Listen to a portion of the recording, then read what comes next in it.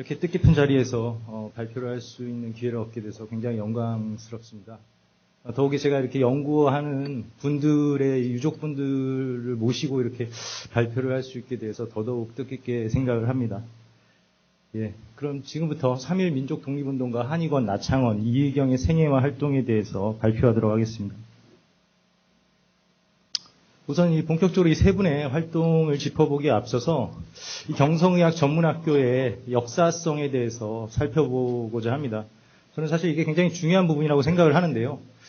기존에 선행 연구들이 없지 않습니다만 그런 선행 연구들에서 이런 이 세 분의 활동을 조명하면서 이분들이 경성의학 전문학교 의학도라는 사실을 거의 주목하지 않습니다. 저는 이분들이 경성의학 전문학교 의학도라는 사실이 굉장히 이분들이 항일 독립운동에 뛰어드는 데 있어서 굉장히 중요한 맥락이라고 생각을 하기 때문에 그 맥락을 꼭 짚어볼 필요가 있다고 생각을 합니다.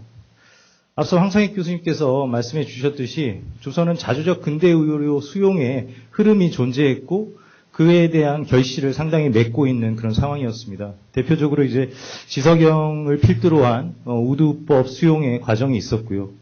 그를 통해서 이제 민중들도 근대의학의 필요성을 인식하고 있었고 고종 역시 이에 대해서 어느 정도 인식을 가지고 이제 재중원과 아울러서 이제 의학교의 탄생까지 이어지게 됩니다. 하지만 이제 근대의학 수용의 흐름이 일제에 의해서 변질되고 왜곡되기 시작합니다. 1905년 통감부가 지어지면서 이러한 작업이 시작되는데요. 또 흐려보면은 이 통감으로 온 다음에 바로 이제 대한의원을 건립하면서 이 조선이 주체적으로 건립해 놓았던 적십자병원, 광제원, 그리고 의학교 이런 것들을 통폐합시킵니다. 이러면서 이제 의학교가 대한의원의 일개 부서로 전락하는 과정을 거치게 되죠. 이제 한일 병합이 이루어진 다음에는 더더욱이나 이 의학교가 더더욱 이제 좀 굴절되는 상황이 이르는데요. 대한의원이 조선총독부원으로 바뀌면서 대한의원 의학교 역시 조선총독부원 부속의학 강습소로 강등되게 됩니다. 이런 상황에서 사실 조선 민중들의 어떤 분노 그리고 그 대한의원 의육부 의학교를 다니고 있었던 의학도들의 저항은 굉장히 거셌던 것으로 추정이 됩니다. 실제 그러한 기록도 남아 있고요. 이 지금 보시는 졸업 증서를 통해서도 이를 확인할 수가 있는데요. 이 의학교가 부속의학 강습소로까지 강등된 데 대해서 굉장히 이제 학생들이 저항을 했던 것 같고 이로 인해서 의학 강습소라는 이름 자체를 졸업 증서에 쓰지 못했다고 합니다. 그래서 실제 지금 남아있는 1914년 이 부속의학 강습소의 졸업 증서를 보면은 의학 강습소라는 용어 자체가 등장하지 않습니다. 그래서 조선 총독부 의원에서 다음과 같은 과목을 공부했다 정도로서 기록할 수밖에 없었던 것이죠. 더더욱이나 이제 조선인 의학도들의 엘리트들의 자존심을 상당히 짓밟았는데요. 그냥 이렇게 막연하게 사진만 제시해드리면은 오른쪽 사진에서 왼쪽 사진으로 이렇게 변화된 것으로 착각하실 수 있을 겁니다. 정반대입니다. 대한의원 의학교 시절만 하더라도 왼쪽처럼 고등교육의 상징인 강모를 착용을 했습니다. 하지만 이 한일 병합 이후에 조선 총독부원 부속의학 강습소로 전락한 다음엔 조선 민도에 맞지 않다면서 저 고등교육의 상징인 강모를 빼앗고 이렇게 초라한 환모를 학생들에게 씌웠습니다. 이런 것들이 학생들의 자존심을 굉장히 짓밟았고 그래서 이에 대한 저항이 적지 않게 일어났다고 합니다. 하지만 일제는 이런 조선의 자주적인 근대의학의 흐름을 완전히 없앨 수만은 없었습니다. 조선 민중들이 대학 건립에 대한 그런 요구가 상당히 거세게 있었고 아울러서 앞서 보셨다시피 의학도들의 저항도 만만치 않았습니다. 그리고 아울러서 일제 역시도 조선 통감부 시절부터 이제 따졌을 때 한 10년 정도 조선을 통치한 이후에는 그런 식민 통치를 위해서 왔던 관료들과 일본인들의 자제들이 성장하고 있었기 때문에 조선에 이제 고등교육 기관 하나쯤은 설치할 필요성이 있었던 것이죠. 이러한 역사적 맥락 속에서 1916년 4월 20일 경성의학 전문학교가 개교를 합니다. 그리고 경성의학 전문학교를 개교하면서 경성의학 전문학교 규정이 반포되는데요. 이 경성의학 전문학교 규정에 정확히 방금 제가 말씀드린 그런 역사적 맥락이 고스란히 담겨 있습니다. 이 경성의학 전문학교 규정에는 조선 총독부위원 부속의학 강습소를 계승한다고 되어 있습니다. 그러니까 정확하게 의학교부터 내려오는 조선의 그런 역사성을 완전히 부정할 수 없었던 것이죠. 그리고 아울러서 분명히 이것은 조선의 학교라고 데라우치는 밝힙니다. 하지만 그 마지막에는 이 경성의학 전문학교를 신입생부터는 일본인 생도를 3분의 1 정도 받겠다라고 이제 선포를 합니다. 예, 어쨌든 이런 경성의학 전문학교라는 최고의 고등교육기관이 설치됐기 때문에 전국 각지에서 수재들이 몰려듭니다. 이들이 정확하게 어떤 시험을 거쳐서 어떻게 경성학교 의학 전문학교에 입학했는지 아직까지 그런 구체적인 기록이 나오진 않았습니다만 이 이미르기 쓴 압록강을 흐른다에 구체적으로 어떤 시험을 치렀고 어떤 과정을 거쳤는지 잘 나와 있습니다. 전국 각지에 있는 자해의원, 그 도립병원의 전신이죠. 자해의원에 전국에 있는 그런 그 수재들이 모여서 5일 동안 시험을 치렀습니다. 신체 검사뿐만 아니라 그런 면접까지 치러야 되는 그런 엄격한 시험을 통과해서 전국에 50명의 수재들이 경성의학 전문학교에 들어왔던 것이죠. 예, 이 사진을 통해서도 얼마나 많은 그런 엘리트들이 경성의학 전문학교에 지원했는지 확인할 수가 있습니다. 당시 경성에서 가장 유명한 두 학교가 바로 경신학교와 오성학교였는데요. 이 두 학교 우등 졸업생들은 이렇게 대문짝만하게 신문에 실릴 정도였습니다. 각 학교에 3명씩 우등 졸업자들의 이제 신문에 1916년 3월경에 이게 신문에 실리는데요. 여기서 2명이 오늘 발표에 등장을 합니다. 가장 왼쪽 편에 보시는 분이 바로 한의권의 어렸을 적 사진입니다. 오성학교 우등 졸업생이고요. 그리고 왼쪽에서 네 번째, 바로 유상규의 사진입니다. 경신학교 우등 졸업생입니다. 이렇게 6명 중 2명이 경성의학 전문학교에 지원을 했던 것이죠.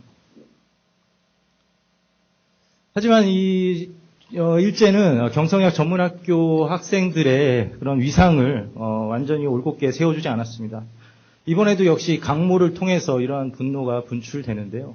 그러니까 이런 고등교육기관이 탄생했음에도 불구하고 그에 걸맞는 그런 강모를 제공하지 않은 데 대해서 의학도 학생들이 다시 한번 분출하게 됩니다. 심지어는 뭐 동맹 휴학뿐만 아니라 사비를 걷어가지고 400개 강모를 만들어가지고 학생들한테 그 둥근 모자 벗으라고 한 다음에 서로 그 강모를 나눠줬을 만큼 학생들의 그런 자존심을 되찾기 위한 거센 저항이 일었습니다. 이런 표를 보시더라도 실제 일상생활에서 경성의학 전문학교 일상생활에서 상당한 어떤 한일 간의 갈등이 존재했을 거라는 걸 짐작하실 수가 있습니다. 즉 경성의학 전문학교는 조선에 거주하고 있는 일본인 학생들이 갈 수 있는 유일한 고등교육기관이었습니다.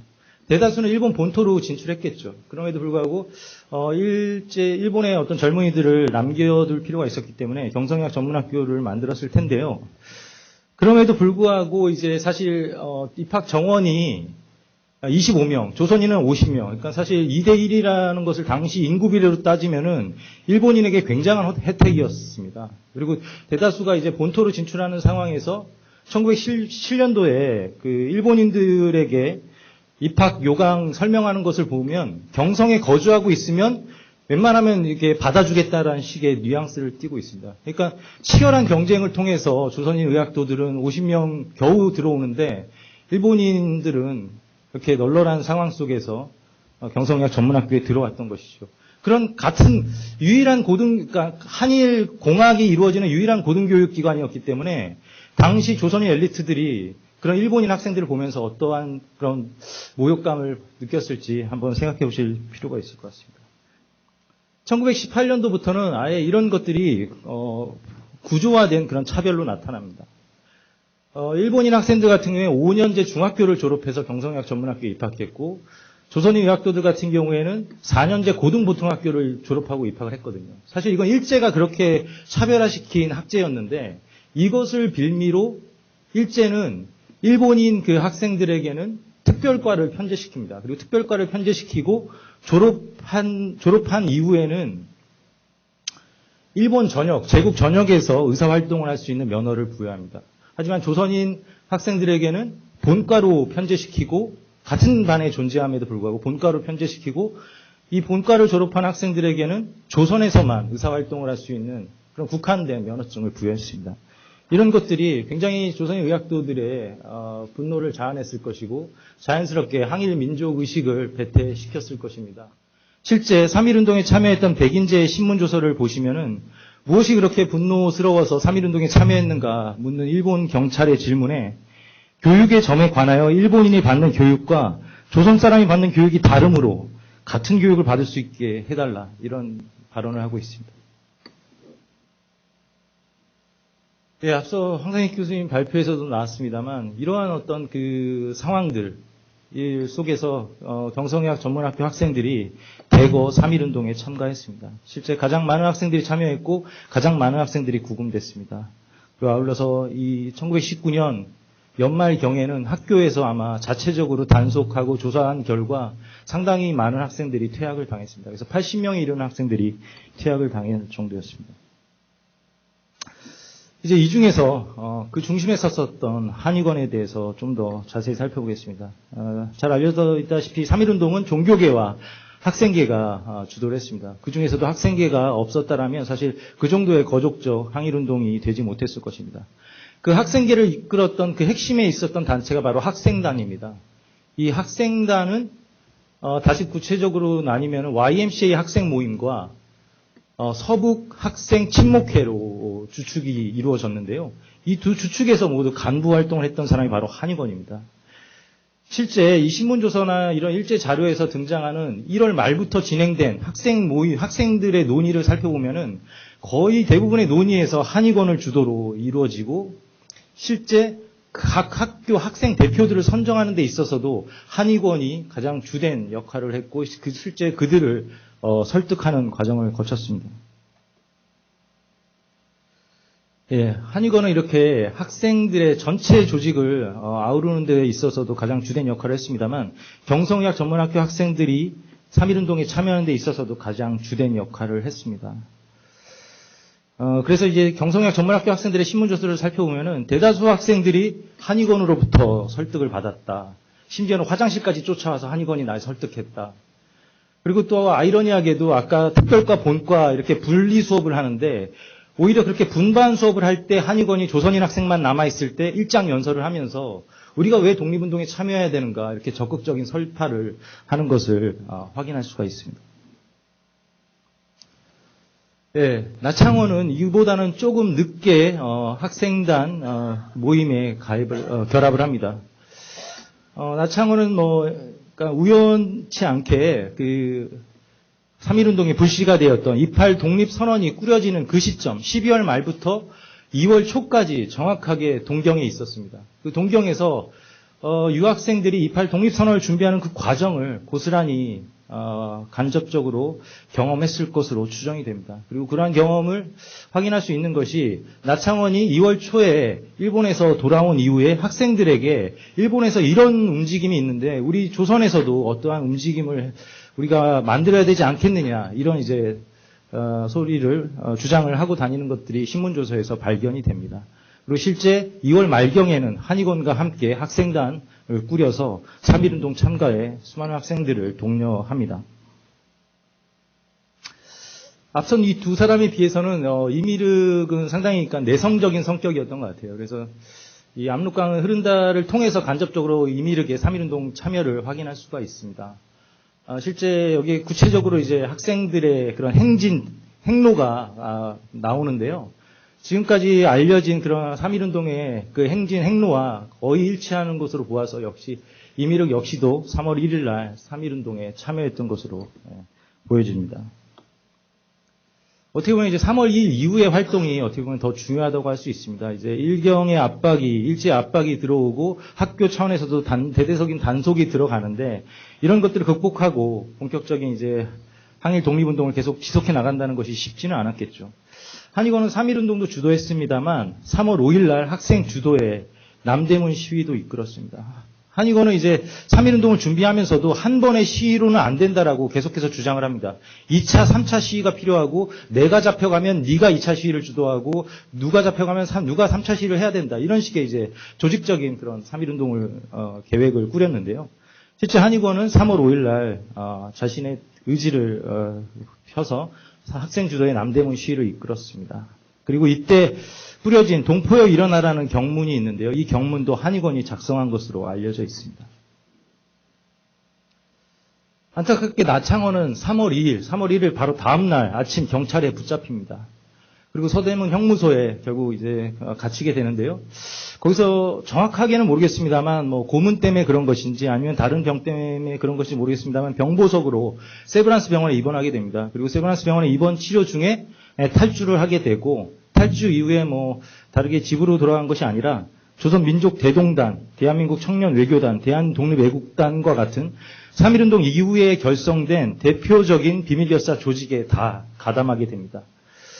그리고 이 이미륵 역시 나창원과 함께 대한민국 청년외교단에 가입을 해서 병합 기념일에 이런 것들을 이제 기념할 경우엔 가만두지 않겠다.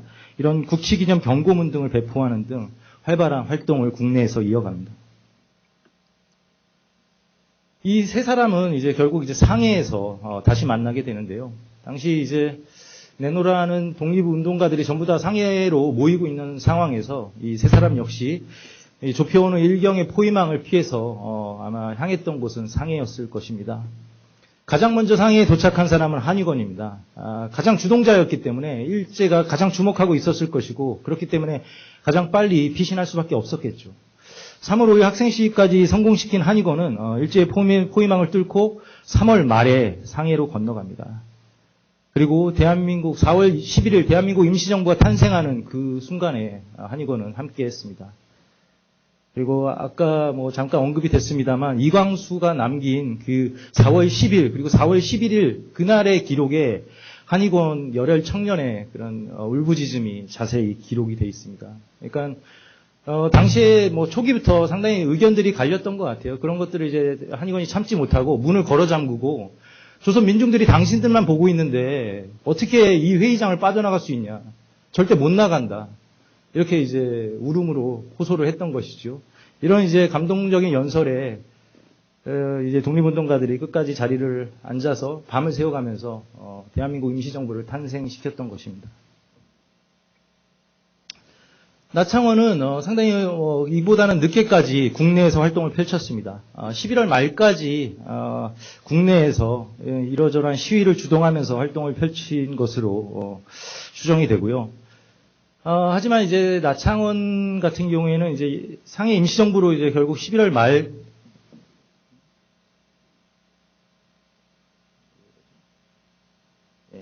11월 말에 이제 상해 임시정부에 결합을 하는데 약간 뭐 나창원의 어떤 그런 그 기질 자체가 굉장히 이렇게 그러니까 불의를 못 보고 이렇게 좀 그런 다혈질의 기질이셨던 것 같아요. 그래서 한의건처럼 이렇게 울부짖거나 이러지 않고 이렇게 분열되는 그런 임시정부의 양상을 보고 아예 철혈단을 따로 만들어가지고 이렇게 하면 내가 가만 안 두겠어라는 이제 경고문을 임시정부에 이제 선포를 합니다. 예. 이미륵은 이제 원래 좀 그런 내성적인 성격답게 조용하게 상해로 이제 옮겨가는데요. 아마 이맘때였을 것으로 생각이 됩니다. 왜냐하면 압록강을 흐른다에 보시면 압록강을 실제로 이제 건너서 상해로 가는 그 장면이 그려지고 있는데 그 가을 풍경이 이제 그려지고 있거든요. 그래서 아마 요맘때쯤에 상해로 건너간 것 같고 상해에 건너가서 대한민국 임시정부 산하의 적십자회에서 활동을 합니다. 이 적십자회라는 게 다시 한번 조명될 필요가 있는 굉장히 중요한 조직인데요. 왜냐하면 상해 임시정부가 이제 국제적으로 인정을 받기 위해서는 국제기구를 활용할 필요가 있었던 것이죠. 그렇기 때문에 당시로서는 가장 대표적인 국제기구인 적십자회를 부활시켰던 것이고 어찌됐든 이것이 의료 조직이기 때문에 이곳에서 의학도였던 이미륵이 간호사 양성을 돕는 등 의학도로서 적극적인 기여를 하게 되는 것입니다.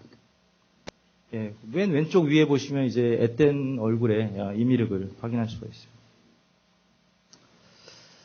예, 각자 이렇게 세 명이 상해 임시정부에 나름 이제 첫 접촉을 한 다음에 이제 본격적으로 자신의 어떤 정체성을 찾아서 활동을 펼쳐나갑니다. 한의건은 1920년 3월 초가 되면은 약간 이제 더 이상 임시정부에서 희망을 찾기 어렵다고 판단한 것 같아요. 그래서 3월 초에 임시정부 모든 직을 사퇴를 하고 일본으로 건너가서 와세다 대학교 정치경제과에 입학을 합니다. 아마 이때부터 사회주의 사상에 관심을 가진 것으로 짐작이 되고요. 이때 이제 공산주의 연구회, 제1본 동경 조선 유학생 학우회, 그리고 동경 조선 기독교 청년회 등에서 활동을 합니다.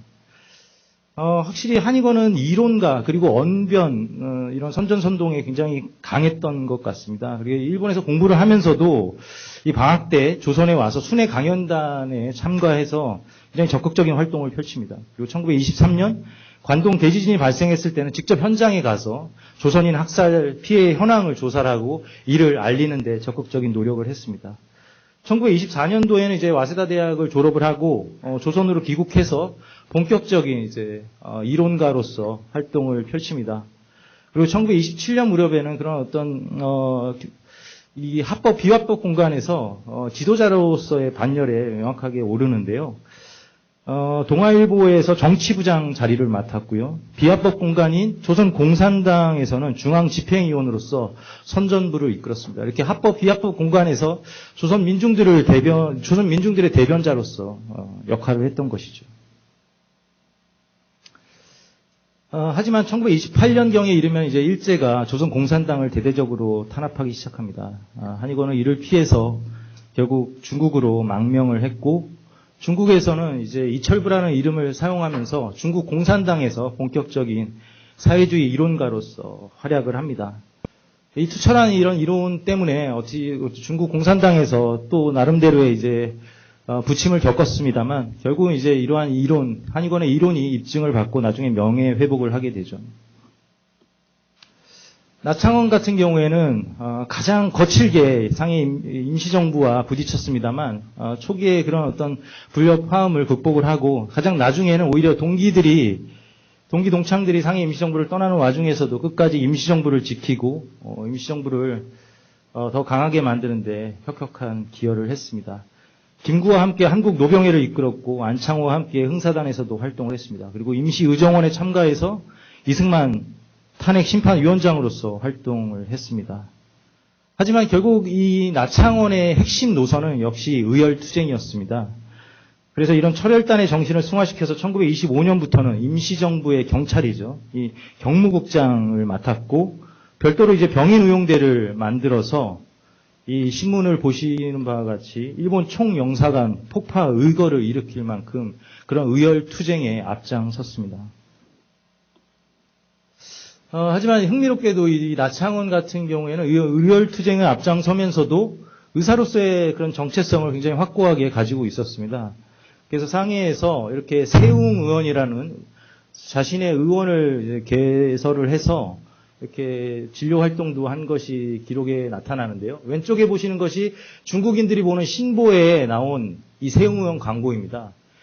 이 생식기과 전문이라고 써 있죠. 예, 상당히 다소 이제 상업적인 그런 광고처럼 보입니다만 그런 것들이 다 이유가 있습니다. 오른쪽에 보시면 이제 독립신문에 나온 이 동포들을 대상으로 한 광고인데요. 여기에 이제 어떤 식의 설명이 되어 있냐면 지금까지 무료로 동포들을 치료해 왔는데 지금 병원 운영 사정상 어떤 최소한의 어떤 실비 정도를 받을 수밖에 없으니 양해해 달라 뭐 이런 이제 내용이거든요. 그러니까 나창원 같은 경우에는 일제에는 피와 철혈, 그러니까 피와 철로서 응징을 하고 중국인들에겐 또 의사로서 상업적으로 이제 돈을 또 벌고 그런 것들을 이제 조선 동포들을 위해서, 조선 민중들을 위해서 올고지 고스란히 다 쓰고 있는 그런 상황이었던 것입니다. 이미륵은 역시나 상해 임시정부를 떠날 때도 조용히 떠났습니다. 1920년경에 조용히 이제 독일로 망명을 하는데요. 독일로 가서 이제 의학도로서의 삶에 복귀를 합니다. 그리고 비르츠부르크 의과대학, 이제 이 렌트겐이 대학 교수로 있었던 곳이죠. 비르츠부르크 의과대학에 입학을 했고, 1년 뒤에는 이제 하이델베르크로 또 전학을 하게 되는데요. 이렇게 2년 정도 다시 당시 당대 최고의 의학 수준을 자랑했던 독일에서 의학도로서의 삶에 복귀를 합니다만, 결국은 의학도로서의 길을 포기합니다. 이에 대해서 이 선행 연구들에서는 이미륵이 그런 성격상 피를 보지 못했을 것이다. 카데바 시체를 보지 못했을 것이다. 이런 설명을 합니다만 그건 의과대학을 전혀 모르는 사람들의 분석인 것 같고요. 그런 것 때문에 의학도의 길을 포기하지는 않았을 것 같고 제가 생각하기에는 1923년이라는 그런 독일의 정치 상황, 그러니까 나치가 대두되고 있었던 그런 정치적인 상황에서 임미륵의 판단이 있었을 것 같습니다. 그러니까 사실 유대인보다도 더 하등 인종 취급을 받는 아시아인이 의사가 된다 한들 독일 사회에서 의사로서 자리 잡기는 어려웠을 상황이라는 판단을 했을 거라고 저는 생각을 합니다. 하지만 임미륵은 이제 그런 우여곡절을 겪으면서도 자신에게 주어진 조선인으로서의 역할을 마다하지 않았습니다. 이렇게 사진에 보시는 바와 같이 독일 유학생 학우회, 유덕 학우회를 이끌면서 그 한의건이 그 조사했던 관동 대지진의 조선인 피해 학살 현황을 유럽 사회에 알리는데 혁혁한 그런 일조를 했습니다. 그리고 1927년에는 보시는 사진과 같이 벨기에에서 열렸던 세계 피압방 민족대회 조선 대표로서 참가를 하고 있습니다. 당시로서는 이제 굉장히 중요한 그런 국제에서 피식민지 국가의 어떤 그런 독립의 당위성을 주장할 수 있는 가장 중요한 그런 국제회의였는데요. 여기에 이제 임미륵이 조선 대표로 참여하는 것을 확인할 수가 있고, 이때 당시에 매일신보나 일제의 어떤 기관지에서는 거의 뭐 테러 단체처럼 굉장히 두려운 그런 조직으로서 보도를 하고 있습니다. 반면에 이제 동아일보에서는 이 세계 피압방 민족대회에 참가하는 참가단을 굉장히 기대에 찬 그런 조직으로서 이제 조명을 하고 있는데, 당시 상황이 이제 한의건이 동아일보 정치부장이었던 것이 아마 좀 역할을 하지 않았을까. 자기의 어떤 동창이 이렇게 독일에서도 꿋꿋이 활동하고 있는 것을 보면서 아마 동아일보에 대대적으로 싫지 않았을까 생각을 해봅니다. 이후에 임미륵은 이제 문학가로서 성장을 하게 되는데요. 이렇게 문학가로서 성장을 하면서도 그런 나치 정권 하에서의 어떤 투쟁이나 이런데 간접적인 관여를 합니다. 대표적으로 이 오른쪽에 보시는 사진이 독일 나치 정권 하에서 일어났던 가장 대표적인 그런 사건, 저항 사건인 백장미단 사건의 지도자 역할을 했던 후보 교수입니다.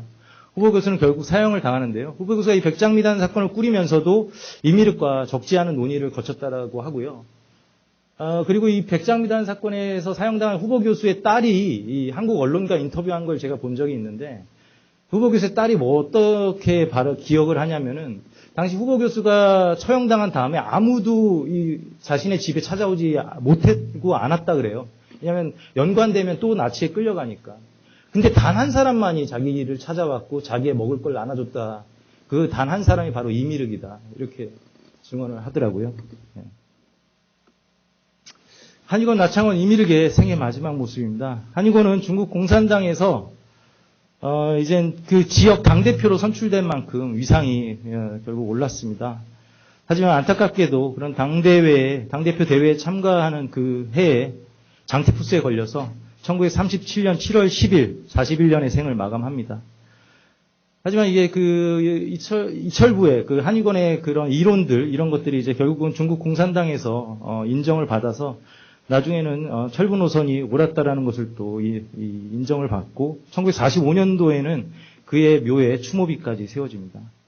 일본 총영사관 폭파 의거를 일으켰던 나창원의 경우는 결국 상해에서도 온전하게 지낼 수 없었습니다. 결국 상해를 떠나야 됐고 중국 전역 각지를 돌아다니면서 의원을 차리고 그 의원에서 번 돈으로 또 독립활동가들을 지원을 하고, 그리고 죽는 날까지 조선민족혁명단에 가입을 해서 어떤 그런 의열 투쟁가로서의 정신을 끝까지 잃지 않았습니다. 임미륵 같은 경우에는 이제 결국 소설가로서 대성하게 되는데요. 1946년 처음이자 마지막 장편 소설이 된 이제 압록강은 흐른다를 발표했습니다. 이것이 얼마나 이 독일 사회에 영향을 끼쳤는지 당시 평단의 그런 그 평을 보면은 전쟁으로 피폐된 독일 사회의 정신적 재건에 기여했다, 이 정도의 평가를 받습니다. 이런 이제 평단의 어떤 그 극찬을 발판으로 1948년부터는 모교인 미넨대학교 동양학부에서 강의까지 맡게 되었고요. 하지만 안타깝게도 두 번째, 세 번째 소설을 발표할 수 있었을 텐데 1950년 3월 20일 위암으로 사망합니다. 어떻게 보면 결국 고국당을 밟지 못했습니다만, 글쎄요, 다행이라고 할까요? 이 한국전쟁이 발발하기 전에 타계를 했습니다. 예, 지금까지 발표한 것을 좀 정리해 보겠습니다. 한의건, 나창원, 임미륵의 생애에서 변곡점은 모두 3.1운동이었습니다. 그리고 세 사람의 출생지, 집안 배경, 성격 등 모든 것이 상당히 달랐음에도 모두 3.1운동에 뛰어들었고, 이를 발판으로 항일민족운동을 전개했습니다. 저는 이러한 과정에서 제가 서두에 강조드렸다시피 경성의학 전문학교라는 그 토대, 이런 것들을 우리가 중요하게 살펴보는 것이 중요하다고 생각합니다. 그리고 세 사람의 항일 독립운동 방향이 달라진 것은 상해 임시정부를 접한 이후였습니다. 상해 임시정부를 접한 이후에 한의권은 사회주의 이론가로서 그리고 중국 공산당에서 인정받는 최고의 조선인으로서 성장을 했습니다. 나창원은 의열투쟁가이자 의사로서 임시정부를 지키면서 항일 독립운동을 끝까지 이어갔고요. 이미륵은 독일에서 실존주의적인 자세로 항일 독립운동을 펼치면서도 문학가로 성장을 했습니다. 이처럼 방향은 각자 달랐으나 세 사람 모두 일제의 감시와 탄압에도 굴하지 않고 죽을 때까지 항일 독립운동을 전개하였습니다. 향후 본 발표에서 시도한 바와 같이 경성의학 전문학교의 역사성 그리고 특수성에 주목하면서 앞으로 보다 많은 경의전 출신 의학도들의 항일 독립운동이 조명되길 바람하지 않습니다. 그럼 이것으로 발표를 마치겠습니다. 고맙습니다.